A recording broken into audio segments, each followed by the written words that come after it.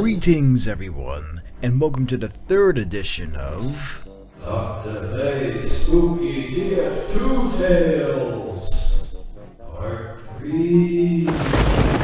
As you know, this is the third year we're doing this, and I'm pretty sure most of you are already familiar with this, but if you don't understand what it is, let me explain it to you once again.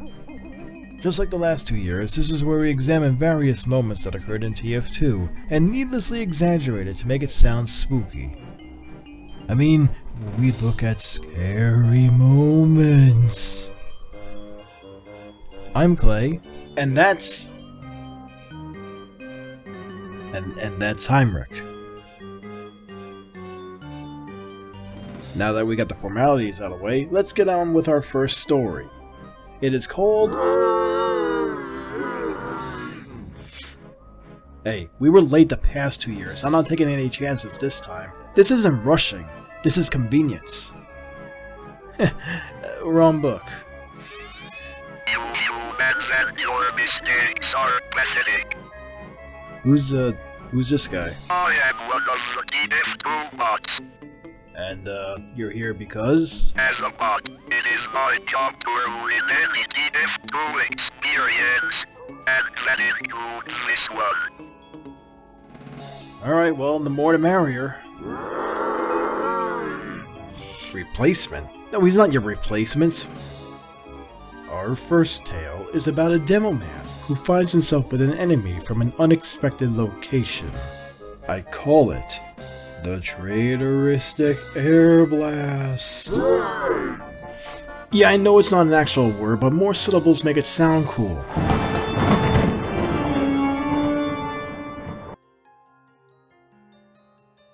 We join our local war zone on the map Man Manor, one of the early Halloween maps. The red team is down to the last point, and there's only 10 minutes on the clock. We then join our player playing as a demo man who's currently trying to fend off the Headless Horseman, and suddenly there appears to be a soldier on the final point. The demo man kills him easily and decides to partake in one of his favorite activities, placing down sticky bombs on the control points. Because most players simply jump down without question, it's often easy to pick them off. However, there was one thing the player didn't account for it was not the enemy who would do him in this time, but simply the bad decision of a local ally. Up from above, unknown to the demo man, a heavy and medic is approaching the final point. Soon they drop down, popping Uber immediately, and the heavy begins firing aimlessly as usual, destroying some of the bombs in the process. The player knew that detonating the bombs would not have any effect right now, so instead, the player decides to distract the heavy and wait it out. It was a foolproof plan. Just wait out the Uber and detonate. But then the demo man witnessed something from behind the heavy and medic. It was a red pyro. The player had put 2 and 2 together and realized what was gonna come. He tried to warn the pyro to stop, but they didn't.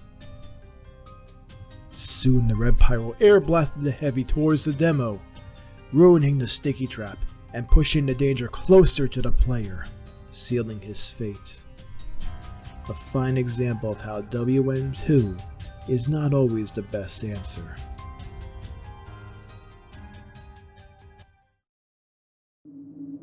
Hey Heinrich, we aren't late this time, right? Okay, good. You humans are so slow in your assignments. With the amount of time you take making a video, I can make several. And yet you don't. Give us time. Our next tale's about a soldier who simply was not fast enough. I call it the Stranded Soldier.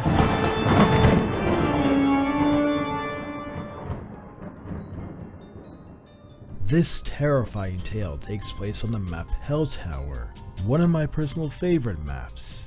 You know, actually, I think all the Halloween maps are my personal favorites. Anyway, we join a local player playing as a soldier. He's not really doing anything right now, but he will soon have a goal in mind, and that will lead to his downfall. Soon the bridge opens up to the spell book, and the soldier decides to grab it, and he gets the Minify spell. The Minify spell allows you to become tiny and jump indefinitely. However, it's not really the best spell for this player to have, and he wants to get something different. He's getting greedy. The soldier immediately goes back up the bridge, and he sees that the bridge is about to disappear. So he uses the spell to speed up the process, but the portal is closed. The soldier is stranded, with nothing more but a ghost to accompany him. Up ahead he can still see the commotion going on, by the players participating in the map, blissfully unaware of his predicament. It was then inspiration struck. The soldier realized he still has the Minify spell, and he can easily jump over to the other side and get back into the game, and he decides to do just that. But there was one thing he didn't account for.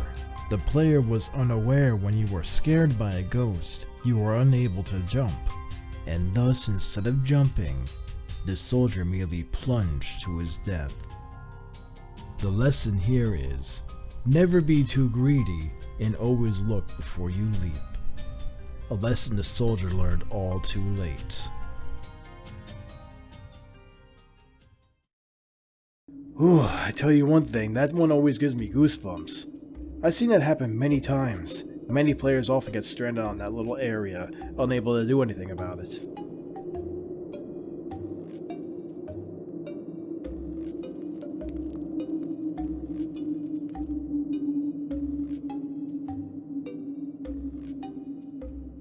What? You've played this game for over 10 years and only now just realized you cannot jump when you are scared by a ghost. Hey, I wasn't thinking, okay? We've all been in those situations. Ask anyone in the audience.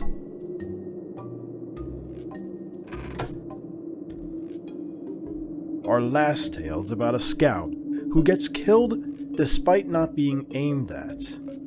I call it the Phantom Bullet.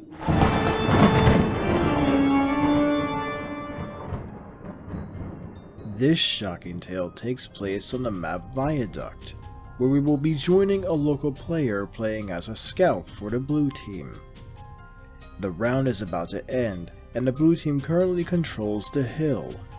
They are going to win the game in a matter of seconds. Our scout friend passes another scout on the enemy team, and decides to pick him off from behind. But a strange moment occurred that still has yet to be explained. Suddenly, the blue scout was killed by the red scout! Scientists have theorized that this is caused by a strange phenomenon called lag. This lag, as it's called, causes hitboxes of a player to be behind a player model, rather than on top of it, as it normally is. But I believe there's a much darker essence at play here. These moments happen far too conveniently for it to be a simple error of latency. Legends say sometimes when you are playing TF2, a strange essence will appear behind you. I dub this the Phantom Bullet. It's not able to be seen by the naked eye, but it does indeed exist. It is not known why it appears, but we all know that it does. And the moment that thing is behind you, you're a dead duck.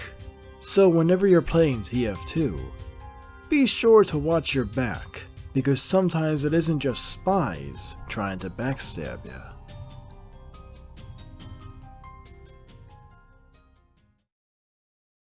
And now we have reached the part of the show where Heinrich tells a tale. I have a scary story to tell. How could you have a story? All you ever do is join games or ruin them. I may be programmed to ruin games, but that does not mean I have not seen scary moments in this game. No, we're not doing this. Heinrich, what do you got? Why let him speak? His experience is just joining games and kicking people.